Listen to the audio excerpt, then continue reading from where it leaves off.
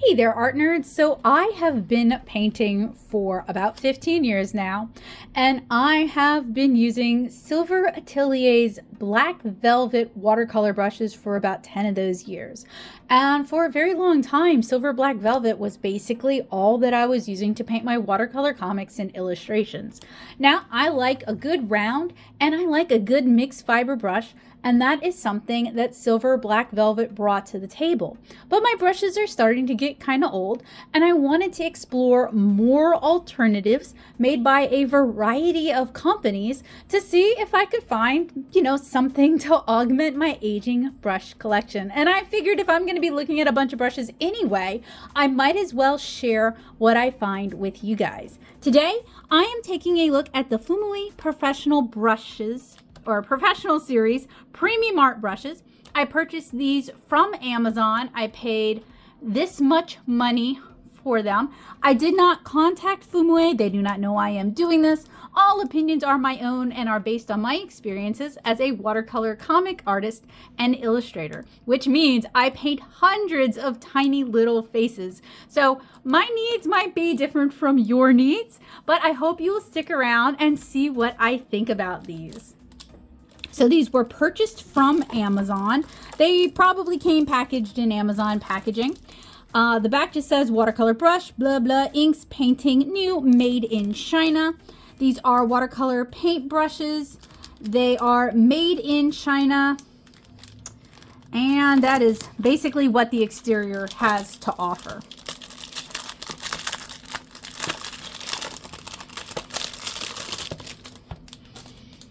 After removing that external plastic sleeve, we have a cardboard box with a slip case. It's a little challenging to get these out. I also have some Fuumuui watercolor paints that I purchased directly from their site, and I'm probably going to use these brushes when I do the field test for those. Just, I don't know, felt inspired to do it that way. This is really hard to remove. All right. These look like they are synthetic brushes. We have a cat's tongue. Let me just pull them out real quick. We have a large flat. We have what looks like to be a 1/2 inch flat. And then we have a dagger and a series of rounds. They are all wrapped in plastic, and most of them also have a protective cover like this. And they all have sizing in them. So if you are new here, hi, hello, welcome. I'm Becca Hillburn. Like I said, I'm a watercolor comic artist and illustrator. I make the watercolor comic 7-inch Kara. I am also an art educator, and I have been sharing my reviews and what I know about comics here on YouTube for about 10 years now. I have a Masters of Fine Art from SCAD in sequential art, so comics are my first love. I make the watercolor webcomic 7-inch Kara, which you can read for free at 7inchkara.com. But if you are a fan of the Dead Tree format, or you just want to support my work, you can order physical copies of Volume 1 and Volume 2, both from my own shop at natosoup.com/shop or through Amazon. And I'll have links for all of that down in the description below. I regularly share my watercolor art and illustration, not only here on YouTube, including on the community tab, but on various social media sites. And you can find me at natosoup, NATTOSOUP. So all these brushes did come with these somewhat reusable caps. These feel like they have wood, might be resin, handles. These look a lot like the Transom watercolor brushes. Now, here's a thing. A lot of watercolor brushes are made in China by white label companies and then repackaged, relabeled, and resold. A while back, I reviewed some Art Secret watercolor brushes. I really like them.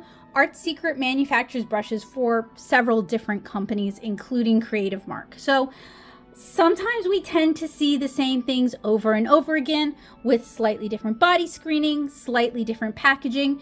And in that instance, it's helpful to know because there may be an assortment of brushes that you like better over another brand, or there might be a price point that you prefer, or even just colors of the brushes that you might prefer.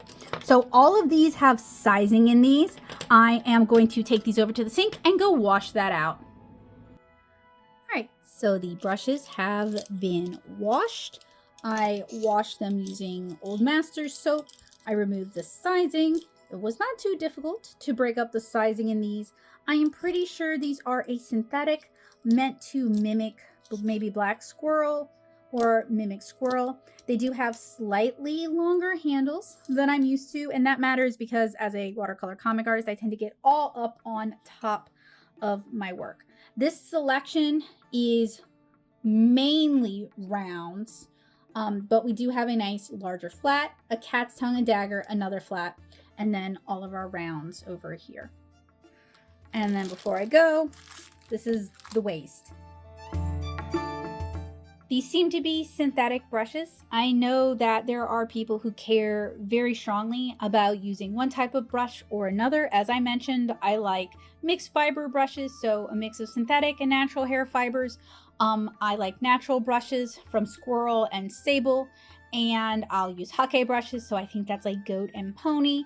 And I do actually use synthetic brushes as well. Without getting too into the weeds on this one, because this is a topic I've talked about before, a lot of synthetic brush companies will market themselves as being more ethical, more green, more eco-friendly. Synthetic brushes are still made from nylons and plastic. And as somebody who lives in Cancer Alley, I have to tell you guys, it's not as ethical as they pretend it is. The plastics have to be manufactured somewhere, and the people who live in the communities surrounding those plants often pay the price in their health, whether it's with cancer, breathing problems, or autoimmune issues like what I have. There's always a price to pay. And I do realize that using natural hair brushes has a cost as well. It has an ethical animal cost as well. And as a pet lover and an animal lover, it also breaks my heart. But I do want to be very clear that using synthetic brushes is not inherently more moral or more eco-friendly because these are made from plastics. And plastics, unlike natural hairs, do not biodegrade. They do not break down. They don't naturally go back into the Earth's cycle. They're going to be with us basically forever in the form of microplastics. Now, obviously, you see me here with some synthetic brushes. If you watch my videos, you will see I use synthetic brushes from time to time. I'm not trying to make anybody feel guilty about their choices. I wish companies would quit greenwashing their products to make them seem like a better choice while charging very high prices for them, and not really benefiting the communities where these products are actually manufactured. So, I feel like I got to disclaim that because like I said, I live in Cancer Alley. I lost my dad to lung cancer. I lost my aunt to lung cancer. My mom has had breast and lung cancer. Fortunately, she's doing well. I have an autoimmune disease that has drastically negatively impacted my life.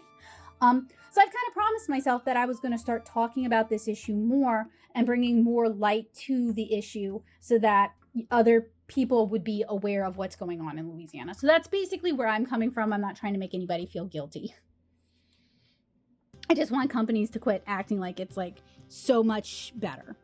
Okay, so this is my knockoff Buddha board. We are going to get a feel for these brushes, how they handle their properties on this, and then we're going to switch over to watercolor paper with watercolors. I'm going to start with the large size 4 flat.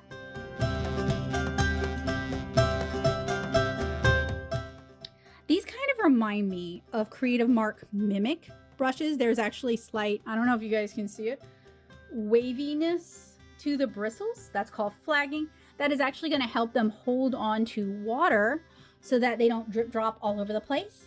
That is a property I don't like about a lot of cheap Taklon synthetic brushes, is that they tend to drip and they tend to be overly stiff. These are a little stiffer than the transom brushes, and I don't believe the transom brushes have flagging on them. So they are actually different. And I like the properties that I'm seeing so far. This is a very cat tongue shaped cat's tongue. No dripping. I love that.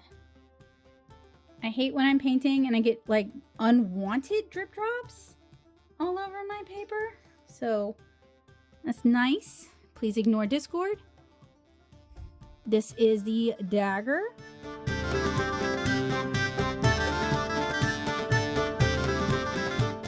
Not quite as long as the transom dagger. I apologize if you're like, transom? I reviewed those like right before I reviewed these. So it's just fresh on my mind. The build quality feels decent. These do not have a smooth lacquer. It's a slightly textured lacquer. So if you have some grip issues, these may be easier for you to grip, especially when they get wet. Here is the flat. They have some flex, but they're not as springy as some golden Takalon brushes. But I think they hold water better. This is the 14. No drippies. Love to see it. Very soft at this size. So if you like a stiffer brush for, you know, handling control, because softer brushes can be kind of floppy, kind of moppy. These are more on the softer side. This next round is a little drippy, the size 12. They seem to have a decent belly on them for a synthetic. This one is very soft.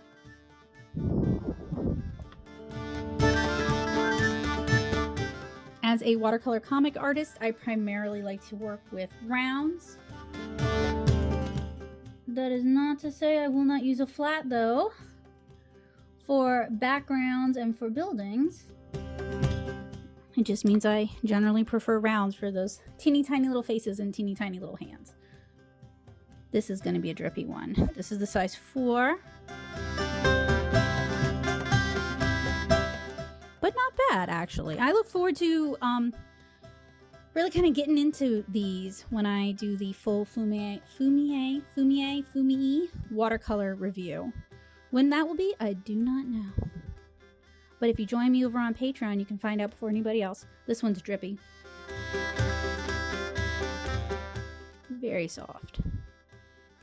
The smaller ones might be a little too soft. And then, finally, we have a detail brush, which would be like a size 0, size 1. Very, very drippy, but I did. Now, let's help you out.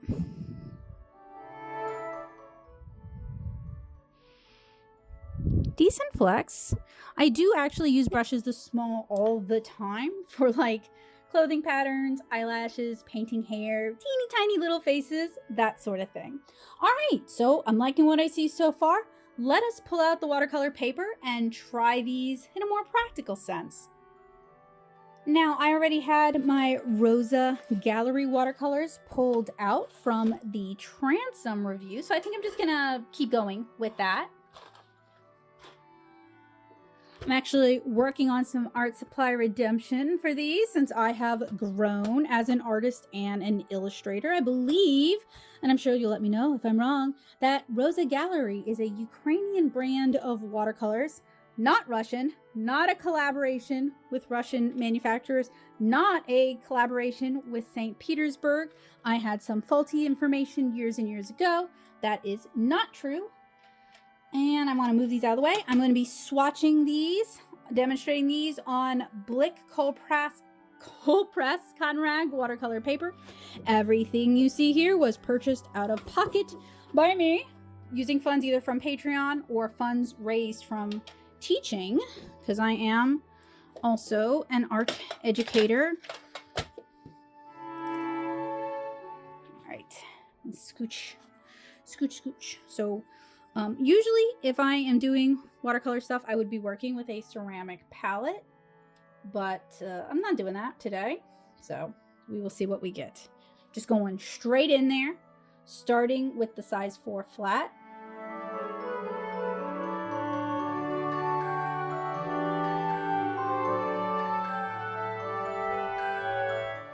So usually with ceramic palettes, I would pre-mix the color so that we'd get a more even. This is not necessarily dry brush. This is water in the brush.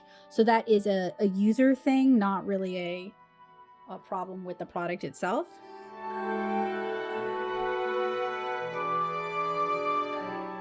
Honestly, I really like their flat. These really kind of remind me of Art Secret brushes as well, which I like Art Secret. Art Secret is a common company, common manufacturer that other brands will white label from. And I will be scanning these swatches and sharing them over on my Patreon as digital watercolor swatches.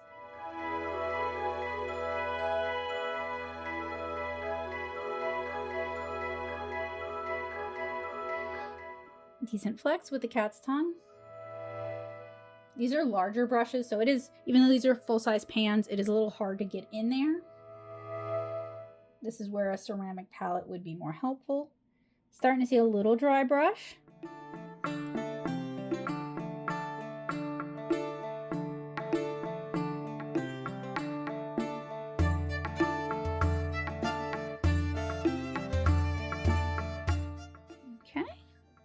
Fairly comfortable in the hand. The ferrules do seem decently well made. That's nice to see. Next is the dagger. What's your favorite watercolor brush?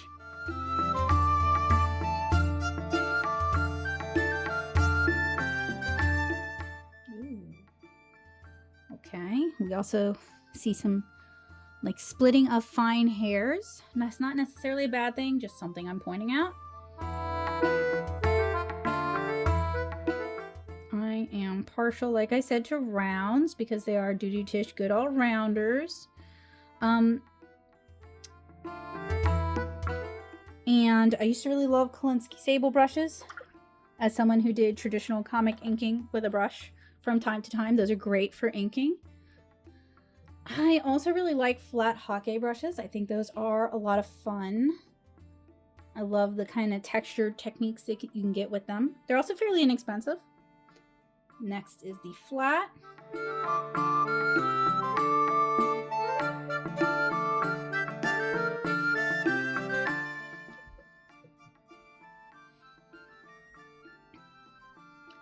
I've been painting for a while, but I'm always on the lookout for new brushes, new watercolor gimmicks, new techniques, that sort of thing. I love learning new things. Now we're moving on to the rounds.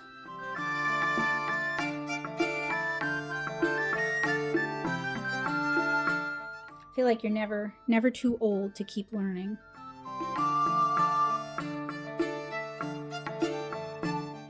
Decent at holding a point. This one's a good one. This one's a nice one. Decently balanced, so it's not uncomfortable or overly heavy in the hand.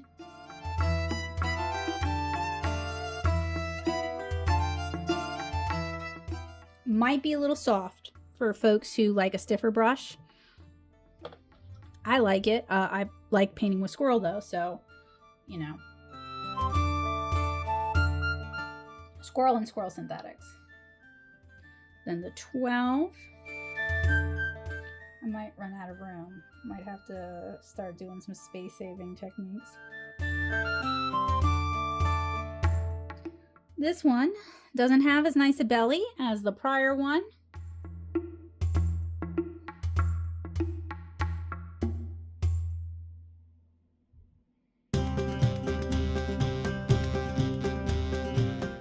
Still very soft. Again, that's not necessarily a problem. I like softer brushes because then you can do glazes without picking up prior layers of pigment. So, you know, every brush has its use. It's just whether or not it's, you know, the right use for you and what you're doing.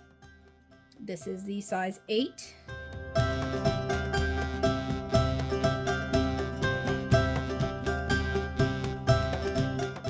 I like this one again. So this one, the 12 is kind of an awkward one.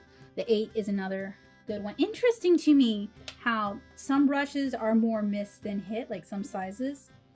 It's all about the diameter compared to the brush length and how well it can hold a belly. And then the 4.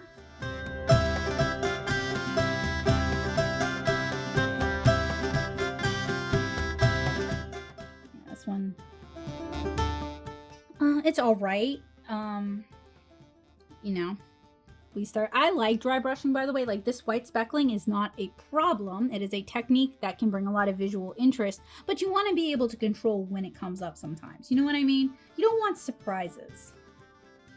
Or maybe you do. That's pretty. Okay, that's got some decent flex to it. Okay, we got 2 more. I think we can squeak them on there. We have a, what is this? A size 2 round.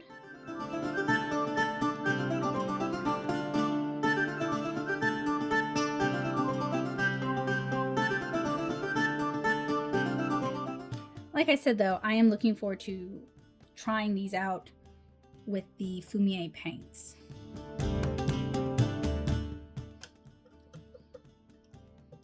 And then finally, our little one. Let's go with a yellow. Ooh. Okay, I picked up too much paint. Like I said, I just finished the transom review, and I started with the yellows for that. So it's had some water sitting on it.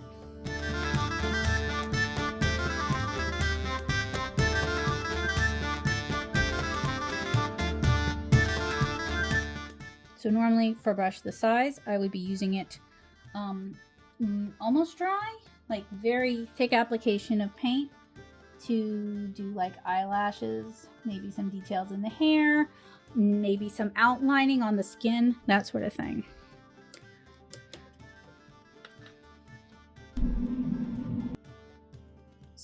So far I like what I see with the Fuumuui. Y'all will let me know, I'm sure. Watercolor brushes. I am going to field test these when I use the paint. So if you want to see how these handle in a more practical illustration setting, keep an eye out for that. Make sure that you are subscribed and you hit the bell notification, even if you think you are subscribed. Do me a favor and check. YouTube tells me that 80% of you guys are not subscribers. So if you like what I do and you want more from me, please consider doing just that. I'm trying to keep this one a shorter video because some of you guys have told me that the longer videos are hard to watch. I hear you, friend. So for these brush reviews, I'm going to try to keep them short and simple.